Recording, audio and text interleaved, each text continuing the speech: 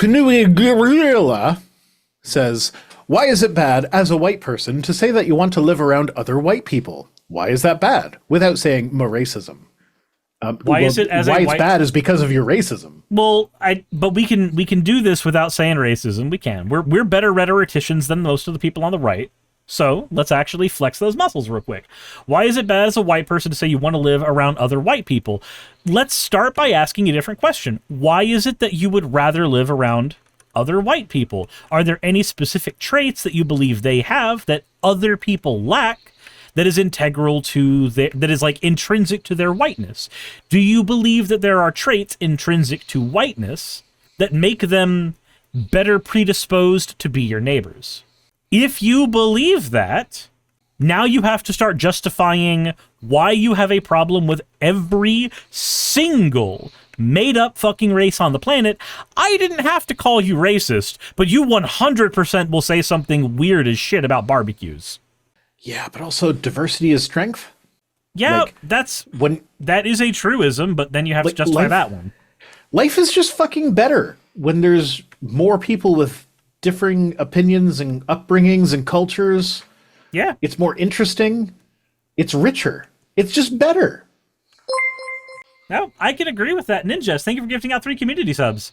Like, I think my world is better, generally speaking, when there are more people who have different lived experiences around me that can enrich the culture I live in, rather than my culture being like this one homogenous thing forever. Yeah, like one of my neighbors, he's Serbian, which I know is another type of white, but like we just pop into his backyard every couple of weeks in the summer, and he's barbecuing something with, like, he's got his own like spice mix that he does and everything, and he makes really good food, and we just go hang out in his backyard and enjoy barbecue. We've got much better neighbors than we used to. Fair. Fair. Yeah. Although, funnily enough, YouTube short that I saw. Do you know the Italian guys who like they'll watch people make Italian food and they'll be like criticizing it? That's approved. Yeah, the approved. Yeah, those guys. So there was one where there was one where like some lady, it was clearly rage bait, but she like made some ugly looking English dish. It was like, what country has better food than England? And then they're just sitting in their car and they bring out their list from like Albania, Algeria. It just goes through the list alphabetically. It fast forwards through a bunch of it and then like ends with the Zs. And yeah, no, it's pretty great. So like, yeah, no, cultural like diversity is a good thing, and it's amazing. And like that's one of the things I love about traveling is trying the food and experiencing, like looking at the art, experiencing the culture. It's great. Like, why would I want everyone to just be like me? That's boring. I'm a boring person. I did see somebody who made a video recently that like got angry at a bunch of liberals. This person was like further left ostensibly, but they got angry at a bunch of liberals because they said that, oh, well, the reason that shitlibs want there to be more diversity is because they want better restaurant access. They want better restaurants. And I'm just like, I mean, that's not the reason. I'm just like, it's not the only reason. I don't think that that's a shitty reason. Like having access to other cultures' foods. I think of the reasons to want other cultures around you, that's not a shitty one, because it's celebrating an aspect of that culture. That an aspect of that culture is the food. That's not a bad thing. Sure, there should be other reasons, but like the better thing to do would be explain to these people why their reason is not enough or some shit. It just sounds so weird when it's worded like completely condescendingly. A food is just an aspect of the culture. Like, it's part of what makes it a rich experience. Stop says the Mulan man will yell at you if you don't wash your rice. Hey, guess what? I don't wash my rice. Neither do I. I put it in the rice cooker with MSG and vinegar, and it comes out fantastic. And I have a bag of day-old rice in the fridge ready for me to make some banging beef fried rice. And I have a Thai red curry, and I have a bunch of Japanese golden curry, all food prepped in the freezer, all with the exact same dish of rice, unwashed for your viewing pleasure. And curry is a thing that would not exist in us white people's culture if it weren't for the cultures that invented fucking curry. What are you talking about? I can get a bowl of curry at the fucking pub, mate. What are you talking about? I can get it with my shepherd's pie and my bottle of water. Bottle of water. What are you saying? Jolly old England doesn't have curry? Oi, oi, oi. It wouldn't have curry if it didn't fucking colonize India. Spider-Fan says green curry is better than red curry. No, red curry over green curry any day, especially when you add peanut butter and make massaman. I'm actually not big into curry. I mean, Japanese curry might be different. Indian curry specifically, I'm not really into, but that's mostly because for 5 years I worked at a restaurant where the chefs were all Indian, and it was not an Indian restaurant, but the staff meal every day was some form of curry, which it was fine. But after eating curry every day for 5 years, I'm kind of over it. Although I do still, like, I've talked to you about this before. I want to bring you to Toronto to go to that one place where we get the butter chicken, which is fucking amazing. Little India on Queen Street in Toronto. It's amazing. Says, why don't you wash your rice? It gets the extra starch off, which can make it less sticky. Right, but what about what if you want sticky rice? What about my eating experience changes when that rice is less sticky? Let me tell you the dishes that my rice gets used in. It gets used in various curries, where the rice gets mixed in with the curry or soaked in the curry. The stickiness of the rice changes nothing about the dish. Okay, Jassa, you make a good butter chicken. You come to my house, you make me butter chicken, then I take you to Little India, we buy their butter chicken, we compare. I'm not even saying that yours is for sure going to be worse than theirs. I just think that would be fun. So come make me butter chicken, Jassa. Also, I tend to make, like, if I'm making a cheesy rice, that the clumpiness of that rice no longer matters. I've literally added milk glue to it. If I'm doing, like, fried rice, the stickiness of the rice no longer matters either, because when you make fried rice, you literally dry the rice out and crumble it back up afterwards before you fry it. So, like, in every dish that I eat, every single one, there is no difference between, like, a sticky rice or a not sticky rice. If I'm doing, like, my my chicken katsu over rice, that spoonful of rice with the chicken is identical either fucking way. I don't understand where my rice needs to not be sticky comes from, or why it matters. Yeah, I don't know. I've never noticed a difference, so I've just never done it. Like, I used to do it, but then I'm like, I didn't do it once, and I was like, oh, that's the same as if I do wash it. Yeah. Okay.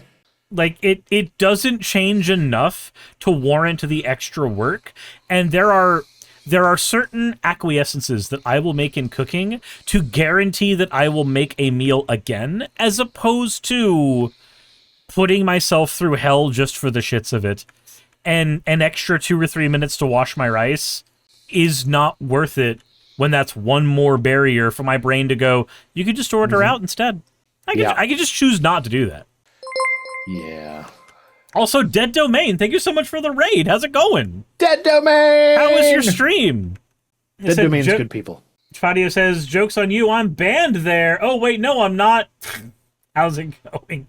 No, you're not banned over here. Not yet, anyway. You want to try, though? All you have to do is say you must wash the rice. You'll get the ban hammer. Now get mad at me for not washing my rice, and I might find a reason to take you out. All right. Next tweet, Robin Poss says, my daughter goes out for the bus at 8:15 and waits beside the lilac bush until the bus arrives at 8:20. She stayed home today. At 8:17, a truck lost control, drove through the lilac before striking the pole. Reminder that nothing in this world is random. God is in control. God needs to go back to driving school if God's in control here. First off, let me say, I'm happy your daughter's fine. But it sounds like God wasn't in control of that truck. It sounds like God wanted your daughter to be scared as fuck for no good reason. Mm-hmm. What kind of a shitty God threatens a child with a truck that's about to run them over? What kind of a weak-ass fucking deity does that? And what kind of an idiot worships that deity? And what about all the kids that do die in car accidents? Yeah, I'm glad you were one of the lucky ones, but, fuck Jeff over there. And also, it was a big-ass truck. As you all know, I'm a bit of a bigot when it comes to people who drive big-ass trucks. I don't think they're necessary in 99% of cases. And I'm a bit of a, if they have a vehicle on the road, it doesn't fucking matter. Shut the fuck up, Rhino. That's where I'm at on that. I fucking hate big ass trucks. Okay. Fucking hate them. You are allowed this bigotry, and I am allowed to make fun of you for it. Okay, but do you know how many kids die every year because they're playing in the driveway and someone couldn't see their own child playing in the driveway because their big ass truck was too big? Yeah. It's a lot. And you know how much that has been mitigated by having proper backup cams? Not enough. Not enough. Oh, we have numbers. Not off the top of my head, no. Oh, okay. Okay, cool. But yes, the numbers exist. They support me, goddammit. I'm sure they do. I'm sure Do they your do. own research. Okay. I'm glad to know one of us has. Watch a Not Just Bikes video. I've watched a lot of Not Just Bikes videos. Then you should know why big ass trucks are bad. Okay. Hey, but backup cameras are only as good as the people that are using them. Like, You're I'm in right. Canada. You're right. So It's the winter. it's not the trucks we need to get rid of. It's the truck owners we need to get rid of with prejudice, right? Yes. Okay, yes. cool. I'm glad we're on the same page. Get them all up against the Anybody, wall. did you guys know that Vice Rhino advocates for a very specific, weirdly autistic form of genocide? Yes, against truck owners. Strange. Weird. The people who put truck nuts on their trucks are first in line, though. Can we agree on that at least? Say that again? The people who put truck nuts on their trucks are first in line for the wall. Can we agree on that? No, we can't agree on that because there's a certain level of just raw power that comes from having testicles hang from your trucks. You have to admit. No, they're just stupid. Yeah, stupidity is power. Haven't you seen Trump?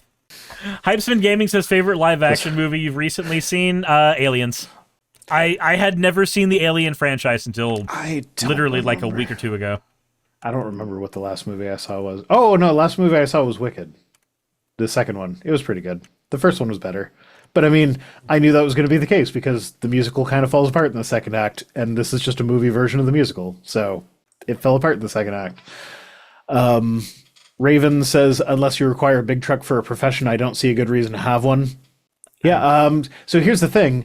The big trucks are actually worse at doing the things that you need for the professions than the little trucks are, because if you actually look at the stats, the big truck with the extended cab and the big fucking engine or whatever, it has a lower towing capacity than a little bitty truck. It's towing the fucking frame. Yeah, so a little bitty truck with a bigger bed is a better truck. This is one of the so I will say this though, there are benefits as a sidebar. There are benefits to all the research that has been done to building the larger frames. So for instance, the Ford F-250 frame. The F-250 frame is not just used for the F-250. The F-250 frame is also used for the Ford Excursion. The Ford Excursion is a van that is built basically like a tank. One of my best friends, who got involved in a car accident that prevented him from being able to walk for the rest of his life, the Ford Excursion is the only reason he's able to get over the PTSD of driving, because driving a literal giant fucking tank is the only thing he feels safe in anymore after getting crumple but now zoned. everybody else on the road is less safe because he's in his big giant fucking tank. If everybody was in little cars and little trucks, the world would be a much better place. And then he just wouldn't be able to drive and he would be stuck at home unable to function. That is the world you just advocated for. Ahem, war words, many, many, many war words. I don't even know which war words you're referring to, but it's something about trucks. Popping over to Rhino Chat to ask if you've seen that Trump came out on the side of small Japanese style trucks. Yeah, no, there were little bitty cars that Trump signed an executive order to command people to manufacture in the States, which I'd be okay with more small things on the road and fewer gigantic useless pieces of crap. Mm-hmm. Also, the solution is better public transit and more walkable cities. Yeah, absolutely. You are 100% correct.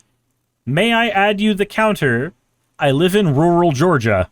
Nothing's fucking walkable. There are no cities here. There are strips of road that call themselves towns. I agree with the words you said, 100%. But those aren't even a catch-all solution when we already live in a poorly designed place. Yeah, but even it's not just about the rural areas. It's about even the urban areas have shit public transit. Oh no, I agree. That's why it's just like it's one of those things where I agree with every word you said. I just live do in the not Niagara believe they region. go far enough. Like outside of Toronto, the Niagara region is one of the most built up regions in Ontario. And if I want to take public transit to a place that is a 20-minute drive away, I have to there's like a 4-hour wait between bus connections at a place that is not close to anything and has no amenities. Taproot says, but more people in cities drive pavement princesses than in rural areas, so rural areas aren't even part of the conversation. Apologies that the area that I live in is most certainly part of the conversation, because I've lived in a somewhat rural area that or not rural, but like more suburban area, very suburban spread out, which is a step left of that. And in that area that I lived in when I was 18, that was Crestview, Florida, it actually had pretty good public transportation across the entire city, despite it not being, truly a city in the same sense that like Atlanta or New York are a city. It had very functional public transit because it was a military town. It was sandwiched between 4 military bases. I do not believe that a town should need the privilege of being a military stronghold to gain access to good public transit. I would like to be able to go to a bus stop near my house. Mm-hmm. Hey, you made it to the end. I want to give an extra thanks to the patrons who allow me to do this full time. I want to thank Aaron Rail, Astral, Britzkrieg, Jemshin, Poundini, Red Joker, Victoria, Jonas, Craig, Tarika, Fireshard, Smiling GM, John, Dren Hadamada, Creeper, Sagittarius, I'm not saying that last part, Valis of Sereth, Ottoman Angel, Rooster Rachel, and Fire Panda, who are all my $20 and up patrons.